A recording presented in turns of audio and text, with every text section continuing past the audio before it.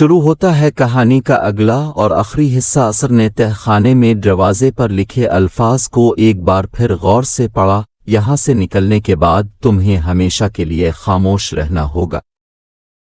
کیا تم تیار ہو؟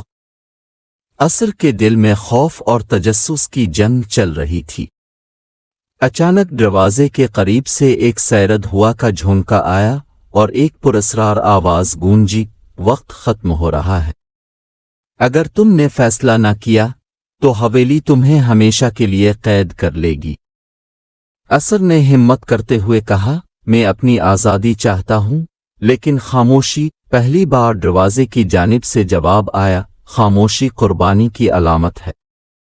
جو کچھ تم جانتے ہو اس کا راز ہمیشہ کے لیے محفوظ رکھنا پڑے گا۔ عصر نے کتاب کو واپس فانوس کے نیچے رکھا اور دروازے کی طرف قدم بڑھائے۔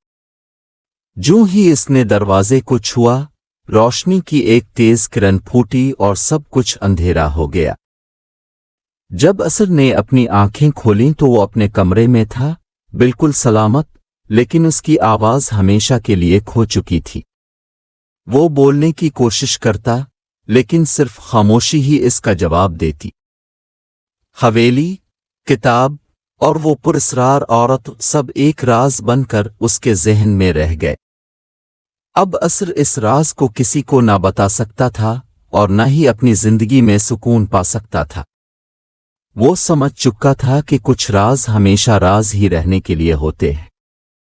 امید ہے آپ کو ہماری یہ ویڈیو پسند آئی ہوگی۔ ملتے ہیں ایک اور ویڈیو کے ساتھ، تب تک دیں اجازت۔ اللہ حافظ۔